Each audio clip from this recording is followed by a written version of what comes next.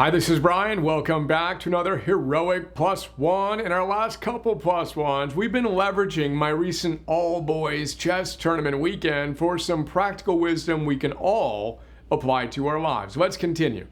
As discussed, Emerson lost a game to a tactically superior little guy.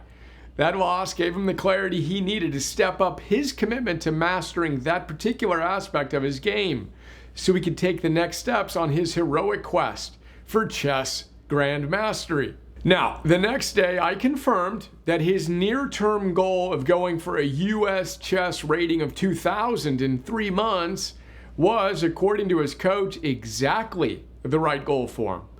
Although clearly wonderfully aggressive, it would force Emerson to show up and do the little things that would help him go to the next level. His target? To practice chess puzzles on a site called Chess Tempo for an hour every day. Emphasis on every day. Do that for 90 days straight through the upcoming state and national championships, his coach says, and we have a legitimate shot at hitting the chess master target of 2,000. Emerson's fired up. He thinks he has a 93% chance of hitting it. The precision of his estimate gives me tears in my eyes. So, I use this moment as an opportunity to practice our philosophy and talk about the science of motivation. I bust out a piece of paper. It's time to teach Emerson about the motivation equation. I talk about this in Arate, adapting this and this and this plus one. I linked to a few of them in this particular plus one. Now, according to Piers Steele, check out the notes on his great book, The Procrastination Equation, for more. The motivation equation goes something like this. Motivation equals value times expectancy over impulsivity times delay. In short, you will be motivated to take action in pursuit of your goals to the extent you really want it, the value is high, and you really believe you can achieve it, the expectancy is high. If either of those two are low, you won't maximize your motivation potential. So, make sure they're both high. Then you need to make sure you handle the variables on the denominator, impulsivity and delay.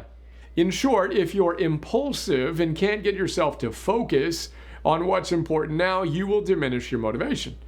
And if there's a long delay between now and your goal, you won't show up with the urgency you need today to crush it with high levels of motivation. You'll, I'll get to that tomorrow, aka your motivation will be weak. Now, that equation is all well and good and true enough and scientifically valid and all that.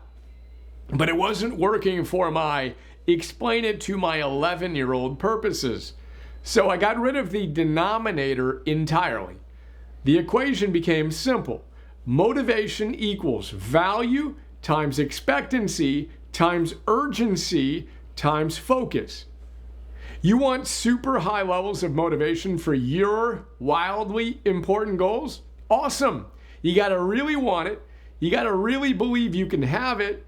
And you got to create super short-term today micro goals, then focus your energy on whatever you decided is today's win.